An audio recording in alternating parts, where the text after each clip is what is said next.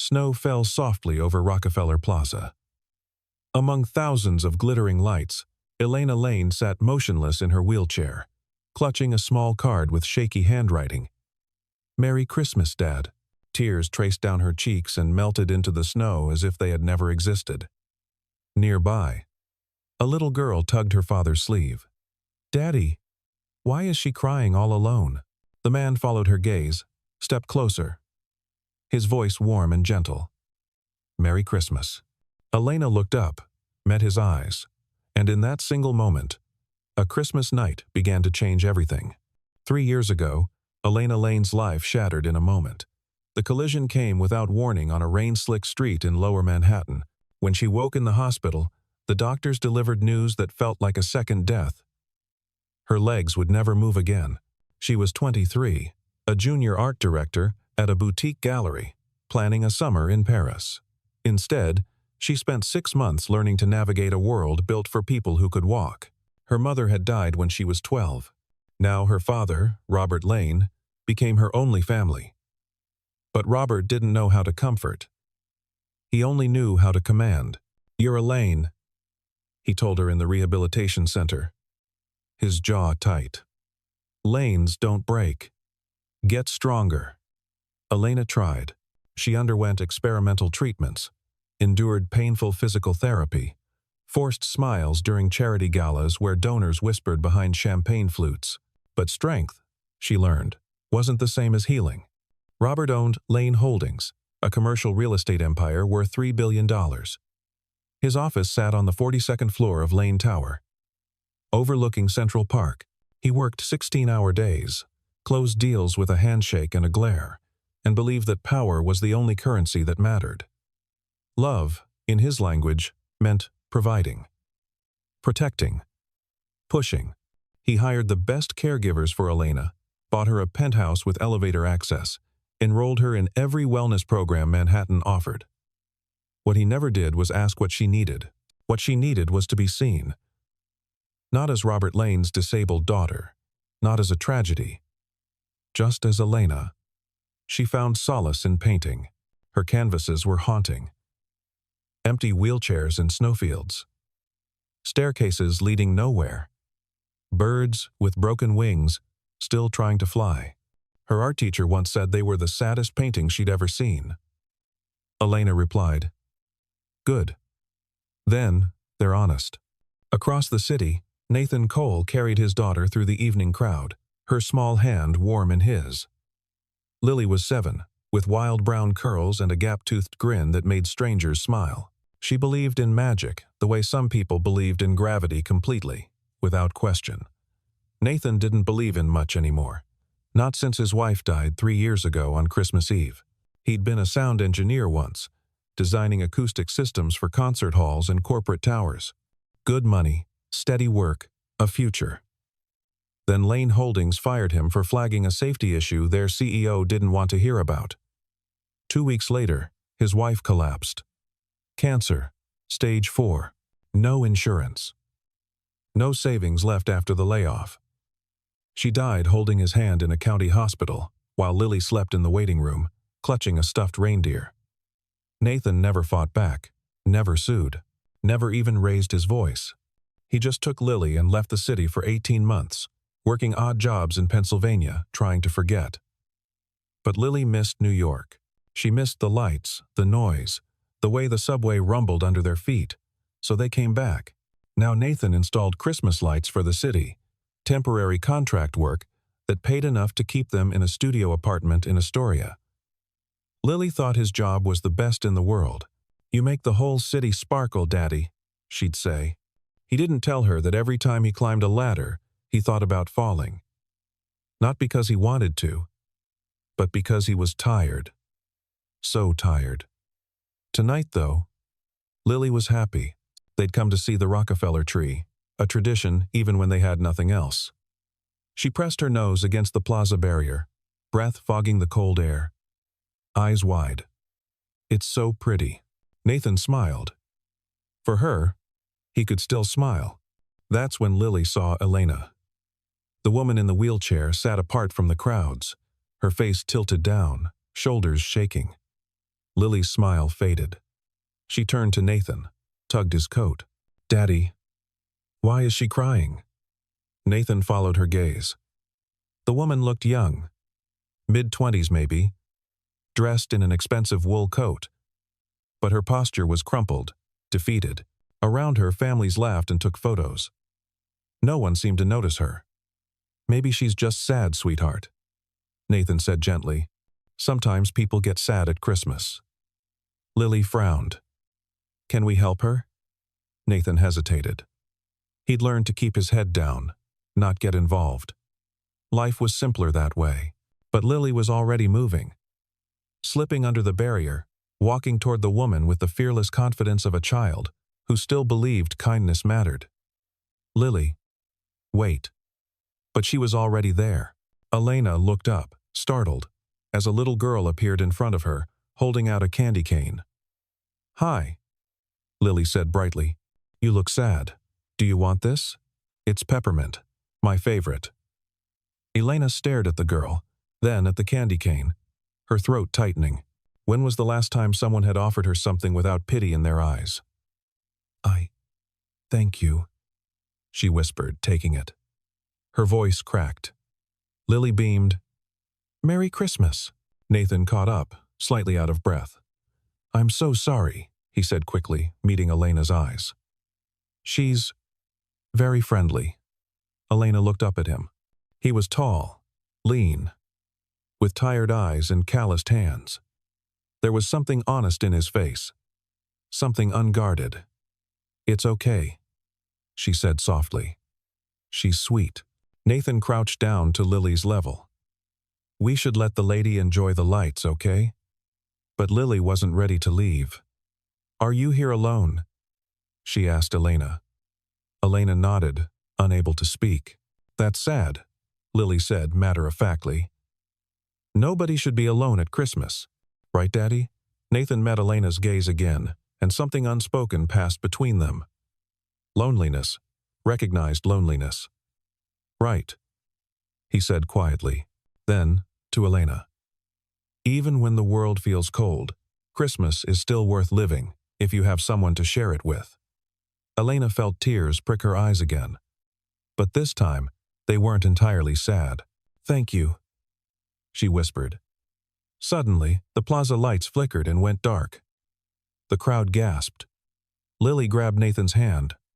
Startled, Nathan stood, scanning the light rigging overhead.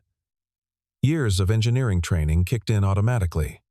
"Stay here," he told Lily, then moved toward the electrical panel near the tree. Elena watched as he worked quickly, efficiently, checking connections, resetting breakers. 2 minutes later, the lights blazed back to life. The crowd cheered. Lily jumped up and down, clapping. Nathan returned, brushing snow from his jacket. "Just a tripped breaker," he said. Elena looked at him differently now. "You're good at that." He shrugged. "Used to be my job." She wanted to ask more, but Lily was already pulling him toward the tree. Before they left, Nathan glanced back. "I hope your Christmas gets better," he said. Elena watched them disappear into the crowd. For the first time in 3 years, she smiled. A real smile. Small, fragile, but real. When Elena returned to the penthouse, her father was waiting in the living room, a crystal tumbler of whiskey in his hand. "Where were you?" Robert's voice was sharp, controlled. Elena wheeled herself inside, snow still melting on her coat. "I went to see the tree." "Alone?" "Yes." Robert set down his glass, his jaw tightening. "You know how I feel about you going out without security. I'm 26 years old, Dad. You're vulnerable." Elena's hands clenched the armrests of her chair. "I'm not helpless. You need protection, Elena. The world isn't kind to people who what?" Her voice rose, trembling. "Who can't walk? Say it." Robert's face hardened.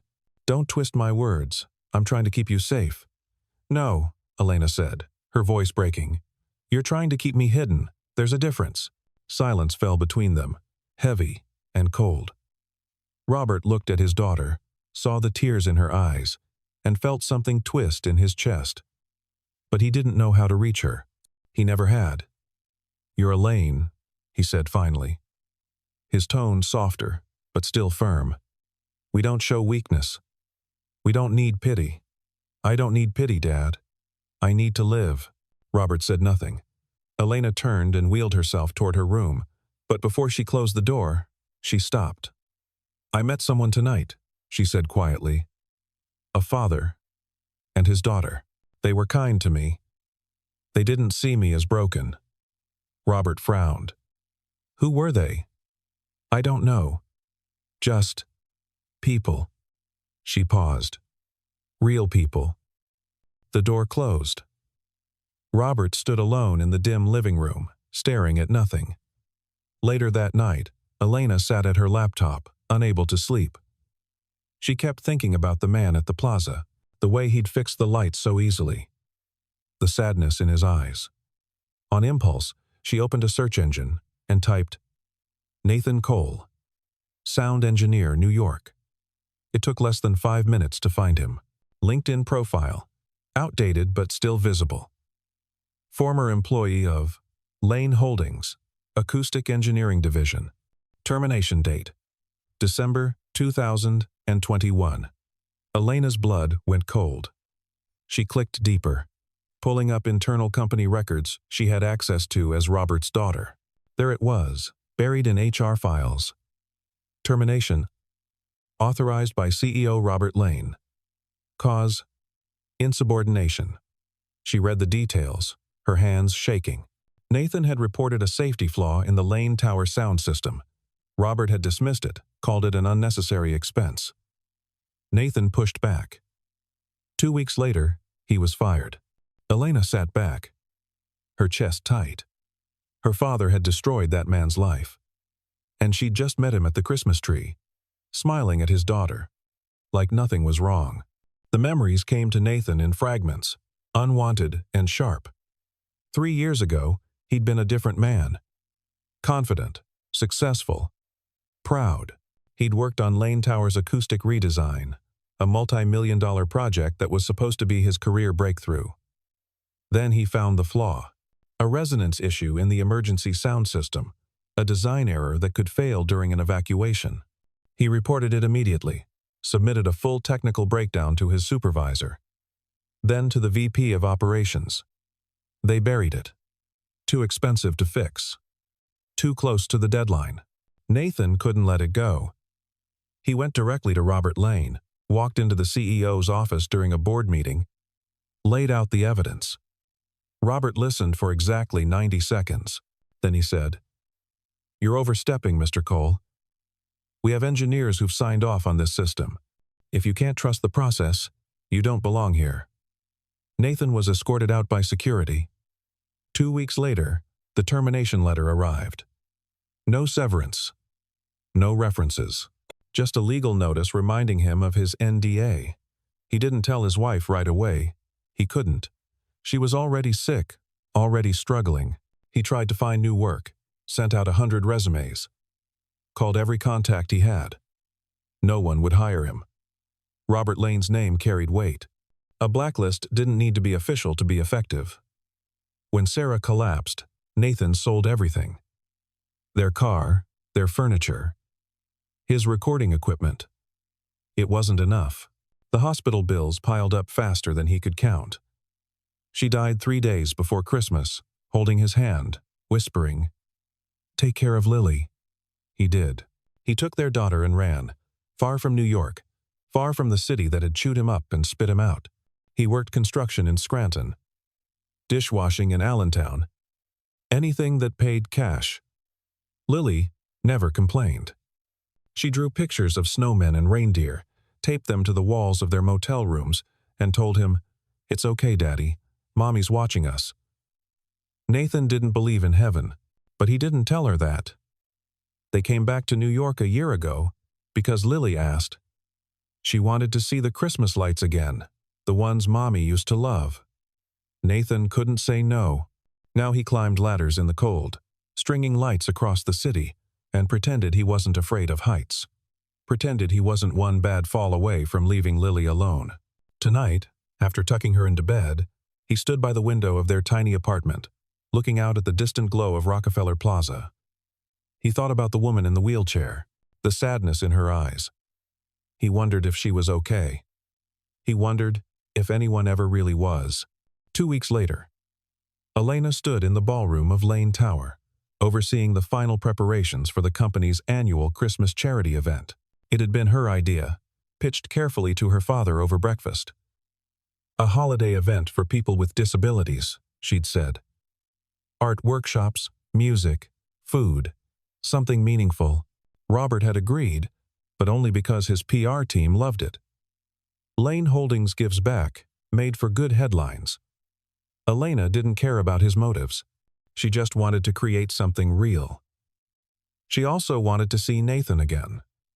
She didn't know if he'd come. She'd arranged for invitations to be sent to every community center in the city, hoping his name might be on a list somewhere. It was a long shot, but hope was all she had. The ballroom filled slowly. Families arrived, children in wheelchairs, adults with canes and service dogs. A string quartet played softly in the corner. Tables overflowed with art supplies, hot chocolate, gingerbread cookies. Elena moved through the crowd, greeting people, smiling. She felt lighter than she had in months. Then she saw him. Nathan stood near the entrance, holding Lily's hand, looking uncomfortable in a borrowed jacket. Lily's eyes went wide when she saw the decorations. "Daddy, look. It's like a palace." Nathan smiled, but his posture was tense. He didn't belong here, and he knew it. Elena's heart pounded. She wheeled herself toward them, trying to look casual. "Hi," she said, her voice a little too bright. Lily recognized her immediately. "It's you, the lady from the tree." Nathan's eyes widened. "Elena?" She nodded, suddenly nervous. "I didn't think you'd come." "We got an invitation," Nathan said slowly. "Lily wanted to see the art workshop. I'm so glad." Elena looked at Lily. "There's face painting too. And a Santa." Lily gasped and looked up at Nathan. "Can I, Daddy? Please?" He nodded, and she darted off toward the face painting station. Nathan and Elena were left alone. "You organized this," he said. It wasn't a question. "I wanted to do something that mattered." He studied her face. "You're Robert Lane's daughter." Elena's breath caught. "You know, I figured it out after that night. I looked you up." His voice was carefully neutral. "Why didn't you tell me?" "I didn't want you to leave." Nathan looked away, his jaw tight. "I should go." "Please don't." Elena's voice cracked. "I didn't know, Nathan. I didn't know what my father did to you until after we met. I swear." He believed her. He could see the truth in her eyes, but it didn't change the fact that her last name was Lane, and that name had destroyed his life. Before he could respond, a cold voice cut through the room. "Nathan Cole." They both turned. Robert Lane stood 10 feet away, his face carved from stone. The ballroom seemed to shrink. Conversations died. People stared. Robert walked forward slowly, deliberately, his eyes locked on Nathan. "I didn't realize you'd be here," Robert said, his tone dripping with ice. Nathan straightened, his hands clenched at his sides. "I was invited." "By whom?" Robert's gaze flicked to Elena, and understanding dawned. His expression darkened. "I see." Elena wheeled herself between them. "Dad, don't. Step aside, Elena." "No." Her voice shook but held firm. "He's my guest." Robert's eyes blazed. "This man has no place in my building." Nathan's face flushed, but he kept his voice steady. "I'll leave." "Good," Robert said coldly. "Security will escort you out." "Dad." "Stop." Elena's voice cracked with desperation. But Robert wasn't listening. He gestured to 2 security guards near the entrance. They moved toward Nathan. Lily appeared suddenly, holding a cookie, her face painted like a reindeer. She looked up at the guards, confused. "Daddy?" Nathan knelt down, forced a smile. We have to go, sweetheart. But we just got here. I know. I'm sorry. He took her hand, and they walked toward the exit. The entire ballroom watched in silence. Elena sat frozen, tears streaming down her face. As Nathan reached the door, he glanced back once. His eyes met Elena's. Then, he was gone. The office was silent at 2 a.m. Robert Lane sat alone behind his desk, staring at a glass of whiskey he hadn't touched. He'd sent Elena home hours ago. She hadn't spoken to him since the event. Downstairs, the cleaning crew worked through the empty ballroom, packing away decorations, sweeping up cookie crumbs. Robert had come back to the office because he couldn't sleep, couldn't stop seeing the look on his daughter's face. He told himself he'd done the right thing. Nathan Cole was a reminder of a mistake, a problem Robert had dealt with years ago. The man had no business being in his building, near his daughter. But the justification felt hollow. On impulse, Robert opened his computer and pulled up the company's old employee files. He typed in Nathan's name. The termination record appeared. Insubordination. Violation of chain of command. Refusal to follow executive directive. Robert frowned. Something about the wording felt wrong. He clicked deeper into the archived incident reports. There it was.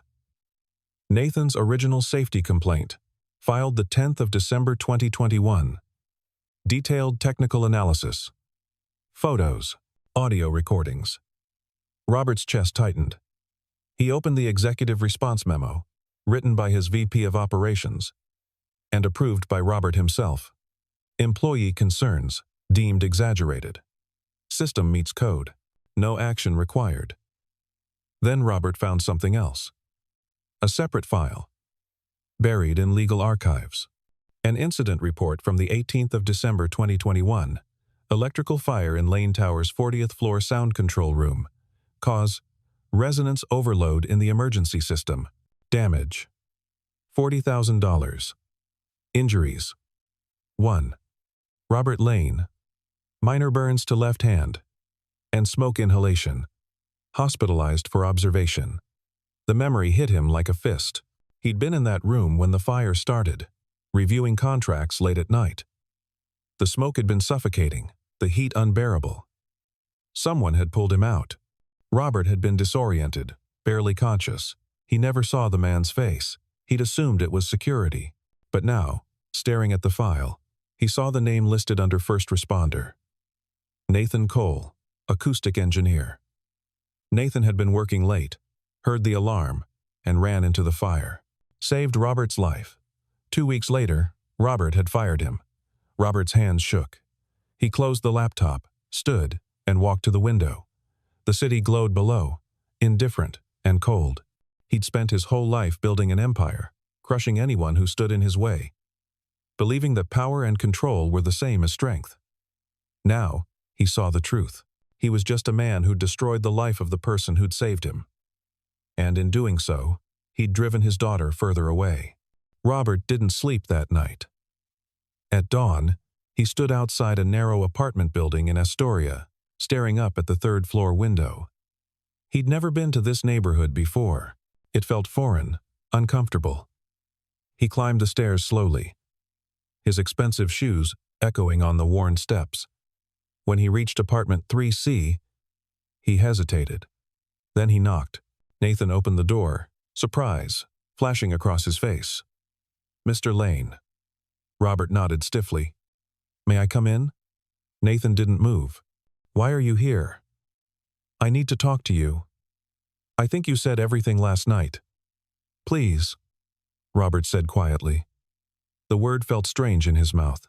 Nathan studied him for a long moment, then stepped aside. The apartment was small, barely bigger than Robert's walk-in closet. A futon against one wall, a tiny kitchen, a child's drawings taped everywhere. Lily sat at a card table, eating cereal, still in her pajamas. She looked up, eyes wide. "It's the mean man from the party," she whispered. Nathan winced. "Lily, go brush your teeth, okay?" She obeyed reluctantly, casting wary glances at Robert as she disappeared into the bathroom. Nathan crossed his arms. You have 5 minutes. Robert looked around the apartment, shame curling in his chest. I didn't know, he said finally. Didn't know what? That you saved my life. Nathan went very still. Robert continued, his voice rough. There was a fire 3 years ago. In the sound control room. Someone pulled me out. I never knew who. Nathan's jaw tightened. The system failed exactly the way I said it would. I know. You fired me for being right. I know. Robert said again, his voice breaking. I was wrong. About everything. Nathan stared at him, anger and exhaustion warring in his eyes. Why are you telling me this now? Because I can't undo what I did. But I can try to make it right. Robert pulled an envelope from his coat. This is a job offer. Chief Safety Consultant for the Lane Foundation. Full benefits. Salary. Housing assistance. Nathan didn't take it. I don't want your charity. It's not charity. It's what you're owed. Robert's voice hardened, not with anger but with conviction. You were right about the system. You saved my life. And I repaid you. By taking everything from you. He paused. I also can't change what happened to your wife. But I can make sure Lily has a future. Nathan's hand shook. He looked at the envelope. Then at Robert. Why do you care? Because my daughter does, Robert said simply. And because you told me something last night. Without saying a word. What's that? You said I shouldn't make Elena feel as alone as you once felt. Robert's voice cracked. I've been doing that her whole life. I don't know how to stop. But watching you with your daughter, I realized something. Love isn't about control. It's about showing up. Nathan was silent for a long time. Finally, he took the envelope. Weeks passed.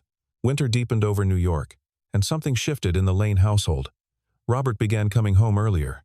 He asked Elena about her day, actually listened to her answers. He funded her idea for an art therapy program, didn't call it publicity. One evening, he found her painting in her studio. Can I see? He asked. Elena looked up, surprised. She nodded. Robert studied the canvas. A bird perched on a windowsill, wings folded, but the window open. It's beautiful, he said quietly. What's it called? Choosing to stay, Elena said. Robert's eyes stung. I'm sorry, he said. His voice barely a whisper. For making you feel like you had to fly away to be free. Elena set down her brush. I didn't need you to fix me, Dad. I just needed you to see me. I see you now. She smiled, and it reached her eyes. Nathan started working at the Lane Foundation the following week. The foundation focused on safety innovations for people with disabilities, workplace protections, accessible design. It was meaningful work, the kind Nathan had always wanted to do. He and Elena crossed paths often. At first, their conversations were careful, professional. But gradually, something warmed between them. One afternoon, Elena invited Nathan to see her art therapy studio. It was a bright, open space in Brooklyn, filled with canvases and laughter. Children and adults worked side by side, painting their stories. This is incredible, Nathan said, watching a young girl in a wheelchair create a sunset with her fingers. It's theirs, Elena said.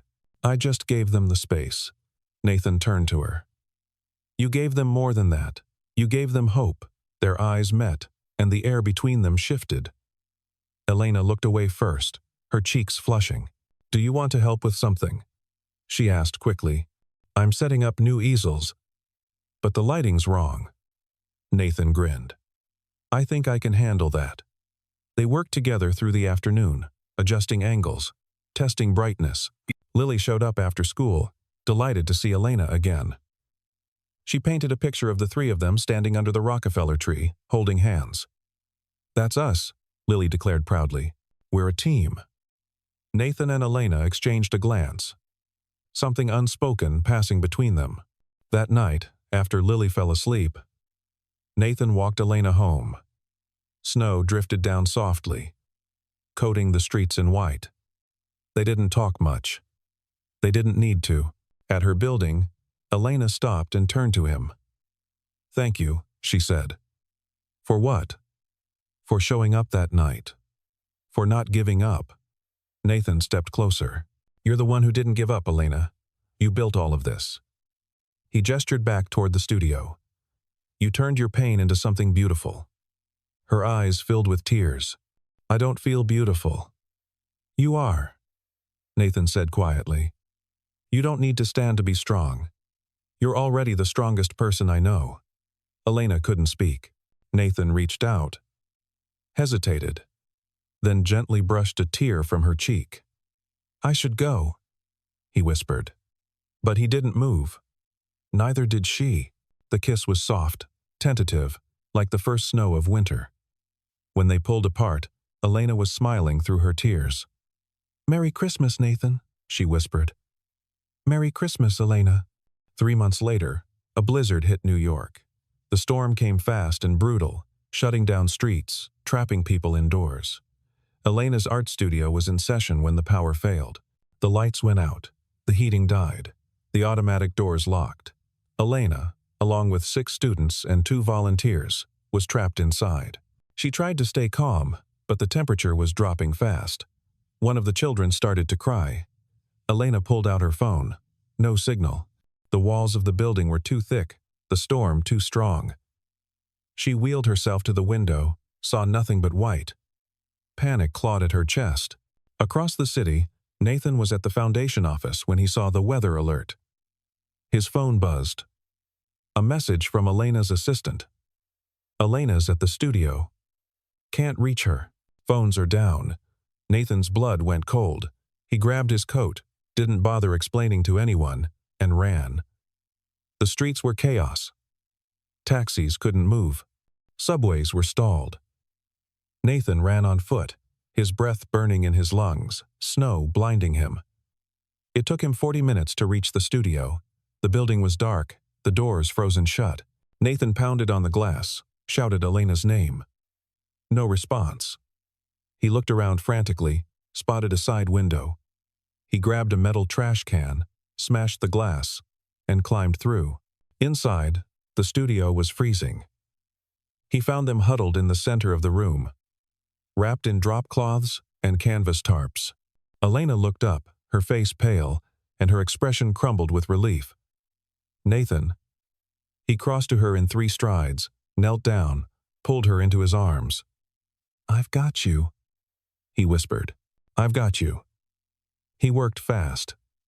Used his phone's flashlight to find the breaker. Reset the emergency power. The heating system kicked in. He pried open the jammed door, got the volunteers and students outside to waiting paramedics. Finally, he came back for Elena. She was shaking, tears streaming down her face. "I thought I know," he said gently. "But you're okay. You're safe." He lifted her out of the wheelchair, cradled her in his arms, and carried her through the snow. By the time they reached the street, Robert was there. He'd gotten the alert, driven through the storm himself. When he saw Nathan carrying Elena, his face twisted with emotion. "Is she?" "She's okay," Nathan said. Robert reached out, took Elena from Nathan's arms, held her tightly. "I'm sorry," he choked out. "I'm so sorry, sweetheart." Elena clung to him, sobbing. "It's okay, Dad. I'm okay." Robert looked at Nathan over her shoulder, his eyes shining. "Thank you," he said hoarsely. "You saved her." "She saved herself," Nathan said quietly. "I just showed up." The weeks after the storm were soft and slow. Elena recovered at home, her father hovering like a protective shadow. But this time, his presence didn't feel suffocating. It felt like love. Nathan visited every day, bringing Lily, who colored pictures to hang on Elena's walls. "You need more happy art," Lily declared seriously. Elena laughed, the sound bright and real. Robert and Nathan began to talk. Not as employer and employee, but as 2 men trying to understand what it meant to be fathers, to be human. One evening, Robert said, "I spent my whole life thinking strength meant never bending. I was wrong. Nathan nodded. Strength is knowing when to ask for help. Robert looked at him. You never asked. I was too proud. Or too scared. Nathan paused. But Elena taught me something. She didn't let her pain define her. She turned it into purpose. Robert's voice was quiet. She's stronger than I ever was. She gets that from you, Nathan said. Robert shook his head. She gets it from herself. Spring arrived slowly, melting the snow, bringing green back to the city. Elena's art therapy studio reopened, bigger than before. The foundation funded expansion programs in 3 more cities. Nathan worked alongside Elena, designing accessible spaces, creating safety protocols, building something that mattered. And somewhere along the way, they fell in love. Not the dramatic, sweeping kind. The quiet kind. The kind built on trust and time and showing up. One evening, they sat together in Elena's studio, surrounded by half-finished paintings, the city glowing outside the window. Do you ever think about what would have happened if Lily hadn't seen me that night? Elena asked. Nathan smiled. I think you would have found your way anyway. I don't know. I was pretty lost. So was I, Nathan admitted. But we found each other. That counts for something. Elena looked at him, her heart full. It counts for everything. A year after the blizzard, Rockefeller Plaza glowed with the same lights that had witnessed their first meeting. Elena sat in her wheelchair, wrapped in a warm coat, watching families skate on the ice below. Nathan stood beside her, his hand resting gently on her shoulder. Lily danced nearby, twirling in the snow, singing a song she'd made up about Christmas magic. Robert watched from a few feet away, his face softer than it had ever been. He'd stepped back from the company, handed more control to his COO, spent more time at the foundation, spent more time with Elena. He wasn't perfect, but he was trying. And that, Elena had learned, was enough. Nathan knelt down beside her, his eyes warm. I have something for you, he said. Elena tilted her head, curious. He pulled a small box from his coat pocket. Opened it. Inside was a simple ring. Silver with a small diamond. Last year, I said, Merry Christmas, Nathan began, his voice steady. This year, I want to say 3 more words. Elena's breath caught. Will you marry me? Tears spilled down her cheeks. She nodded, unable to speak. Nathan slipped the ring onto her finger, then leaned in and kissed her softly. Lily squealed and ran over, throwing her arms around both of them. We're going to be a family, she shouted. Robert approached slowly, his eyes wet. He looked at Nathan, then at his daughter. I'm proud of you, he said quietly. Elena reached out, took his hand. I love you, Dad. I love you too, sweetheart. The lights of Rockefeller Plaza blazed above them, casting golden warmth over the snow. Around them, strangers smiled, touched by the moment without knowing its story. But stories, Elena thought, didn't need to be known to matter. They just needed to be lived. Nathan stood, pulled Elena close, and together they looked up at the tree. Merry Christmas, he whispered. Elena smiled, her heart full and free. Merry Christmas.